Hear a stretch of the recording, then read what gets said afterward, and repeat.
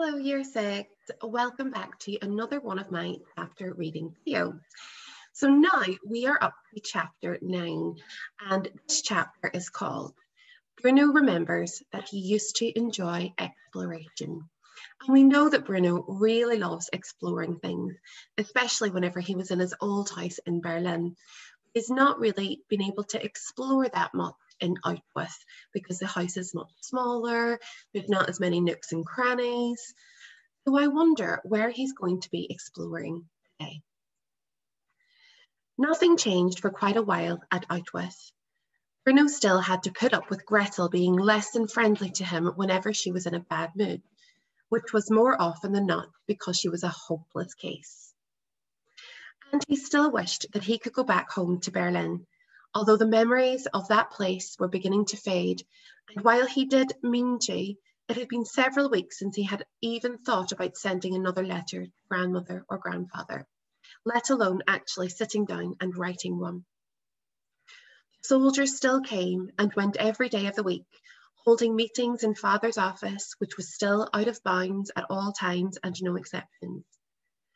Lieutenant Cutler still strode around in his black boots as if there was no one in the whole world of any more importance than him.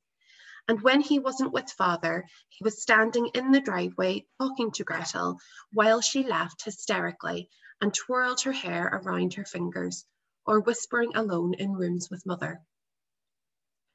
The servants still came and washed things and swept things and cooked things and cleaned things and served things and took things away and kept their mouths shut unless they were spoken to.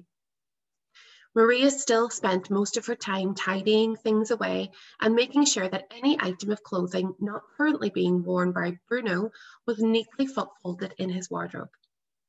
And Pavel still arrived at the house every afternoon to peel the potatoes and the carrots and then put his white jacket on and serve at the dinner table. From time to time, Bruno saw him throw a glance in the direction of his knee, where a tiny scar from his swing-related accident was in evidence. But other than that, they never spoke to each other. Then things changed.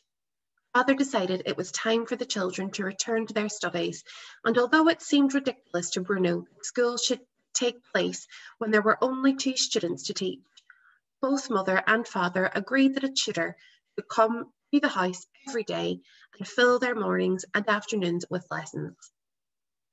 A few mornings later, a man called Herr List rattled up the driveway on his bone shaker, and it was time for school again. Herr List was a mystery to Bruno. Although he was friendly enough most of the time, never raising his hand to him like his old teacher in Berlin had done, something in his eyes made Bruno feel there was an anger inside him waiting to get out. Herr List was particularly fond of history and geography, while Bruno preferred reading and art. Those things are useless to you, insisted the teacher. A sound understanding of the social sciences is far more important in this day and age. Grandmother always let us perform plays back in Berlin, Bruno pointed out. Your grandmother was not your teacher, though, was she? Asked Herr List. She was your grandmother, and here I am, your teacher, so you will study the things that I say are important, not just the things you'd like yourself. Aren't books important? Asked Bruno. Books about things that matter in the world, of course, explained Herr List, but not storybooks, not books about things that never happened. How much do you know of your history anyway, young man? To his credit, Herr List referred to Bruno as young man, like Pavel and unlike Lieutenant Cutler. He called him little man. Well, I know I was born on April the 15th in 1934, said Bruno. Not your history, interrupted Herr List, not your own personal history. I mean the history of who you are, where you came from, your family's heritage, the fatherland. Bruno frowned and considered it. He wasn't entirely sure that father had any land, because although the house in Berlin was a large and comfortable house, There wasn't very much garden space around it, and he was old enough to know that Outwith did not belong to them, despite all the land there. Not very much, he admitted finally, although I know quite a bit about the Middle Ages. I like stories about knights and adventures and exploring. Herr List made a hissing sound through his teeth and shook his head angrily. Then this is what I am here to change, he said in a sinister voice. Get your head out of your storybooks and teach you more about where you come from, about the great wrongs that have been done to you. Bruno nodded and felt quite pleased by this, as he assumed that he would finally be given an explanation for why they had all been forced to leave their comfortable home and come to this terrible place, which must have been the greatest wrong ever committed to him in his short life. Sitting alone in his room a few days later, Bruno started thinking about all the things he liked to do at home that he hadn't been able to do since he came to Outwith. Most of them came about because he no longer had any friends to play with. It wasn't as if Gretel would ever play with him. There was one thing that he was able to do on his own, and that he had done all the time back in Berlin, and that was exploring.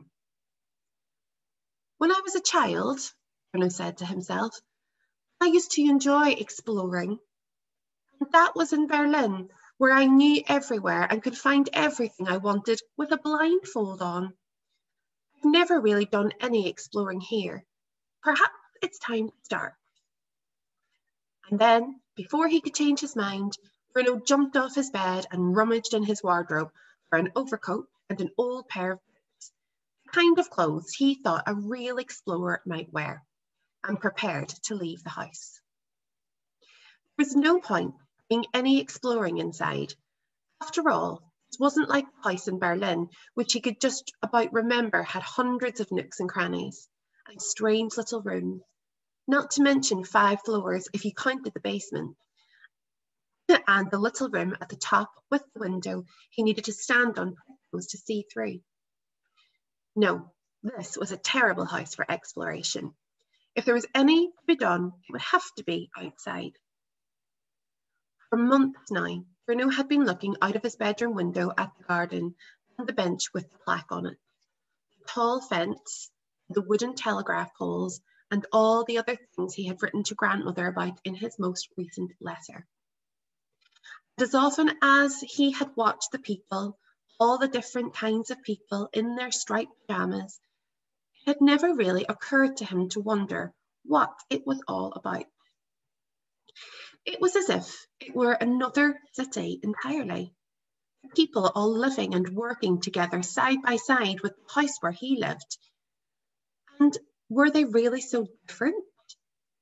All the people in the camp wore the same clothes, those pajamas and those striped cloth caps too, and all the people who wandered through his house, with the exception of Mother Gretel and him, who wore uniforms of varying quality and decoration and caps and helmets with bright red and black armbands, and carried guns and always looked terribly stern, as if it was all very important really, and no one should think otherwise. What exactly was the difference? He wondered to himself. And who decided which people wore the striped pajamas and which people wore the uniforms? Of course, sometimes the two groups mixed.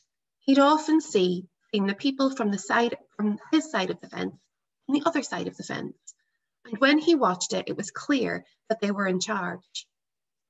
The pajama people all jumped to attention whenever the soldiers approached, and sometimes they fell to the ground, and sometimes they didn't even get up and had to be carried away instead. It's funny, I've never wondered about those people, Bruno thought. And it's funny that when you think of all the times the soldiers go over there, and he had even seen Father go over there on many occasions, none of them had ever been invited back to his house. Sometimes, not very often, but sometimes, a few of the soldiers stayed to dinner. When they did, a lot of frothy drinks were served, and the moment Gretel and Bruno had put the last forkful of food in their mouths, they were sent away to their rooms. And then there was a lot of noise downstairs, and some terrible singing too. Father and Mother obviously enjoyed the company of soldiers. Bruno could tell that. But they'd never once invited any of the striped pyjama people to dinner. Leaving the house, Bruno went round the back and looked up towards his own bedroom window, which from down here did not look quite so high anymore. You could probably jump out of it and not do too much damage to yourself, he considered, although he couldn't imagine the circumstances in which he would try such an idiotic thing.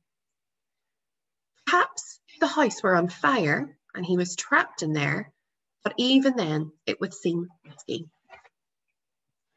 He looked as far to his right as he could see, and the tall fence seemed to carry on in the sunlight. He was glad that it did, because it meant that he didn't know what was up ahead, and he could walk and find out, and that was what exploration was all about after all. There was one good thing that Herr Liszt had taught him about in their history lessons. Men like Christopher Columbus and Amerigo Vespucci, men with such adventurous stories and interesting things and interesting lives, that it only confirmed in Bruno's mind that he wanted to be like them when he grew up. Before heading off in that direction, though, there was one final thing to investigate, and that was the bench. All these months he'd been looking at it and staring at the plaque from a distance, and calling it the bench with the plaque. He had still no idea what it said. Looking left and right to make sure that no one was coming, he ran over to it and squinted as he read the words. It was only a small bronze plaque, and Bruno read it to himself quietly. Presented on the occasion of the opening of, he hesitated. Out with camp, he continued, stumbling over the name as usual. June 1940. He reached out and touched it for a moment, and the bronze was very cold. He pulled his fingers away before taking a deep breath and beginning his journey. The only thing Bruno tried not to think about was that he had been told on countless occasions by both mother and father he was not allowed to walk in this direction, and that he was not allowed anywhere near the fence or the camp. And most particularly, exploration was banned at Outwith, with no exceptions. Okay, year 6, that is the end of chapter 9. Just checking there, we've reached chapter 9 already. Yeah, chapter 9. Oh, I hope you enjoyed that chapter.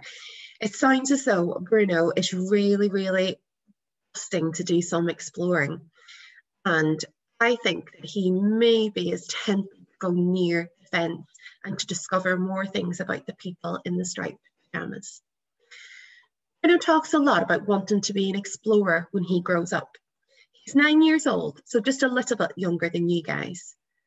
I wonder, do you know what you want to be when you grow up? Why have you decided on that thing? What do you think you need to be to become that thing? When I was a little girl, I always knew I wanted to be a teacher. I knew that because I always loved being with children. I was a babysitter every single week, and I used to look after children and relatives all the time. When I was at school, I worked really, really hard, and especially then when I went to university to become a teacher. And I worked my little socks off, and now here I am. So anything is possible. What would you like to be when you grow up? And what do you think you need to do to become that? You can do absolutely anything you want as long as you work hard. Okay, year 6, I am going to leave you there, and I will be back again for chapter 10. Chapter 10 marks a halfway mark through our novel. Okay, have a great day, everyone. I hope you enjoyed this chapter, and I will see you again very soon. Bye.